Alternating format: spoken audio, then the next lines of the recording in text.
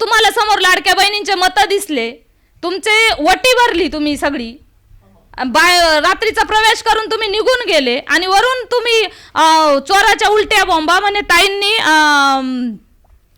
Ticket कापलं, ताई मोठ्याची मुलगी आहे आणि म्हणून ती मंत्र्याची मुलगी म्हणून तिकीट देत नाही, तिला तिकीट देणार आहे आणि आम्हाला देणार नाही. मग जर ताई जर आमदार साहेबांचं तिकीट कापते आहे तर त्यांनी तिकीट का नाही घेतलं? मग त्यांना मिळालं असतं ना तिकीट.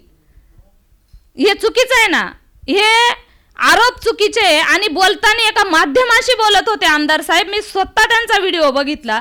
तिचा बाप मंत्री होता, तिला तिकीट भेटणार आहे. माझे आमदार साहेबांना एक नम्र विनंती राहील, कळकळीची विनंती राहील का साहेब, तुम्ही या तालुक्यातले एक जबाबदार व्यक्ती आहात.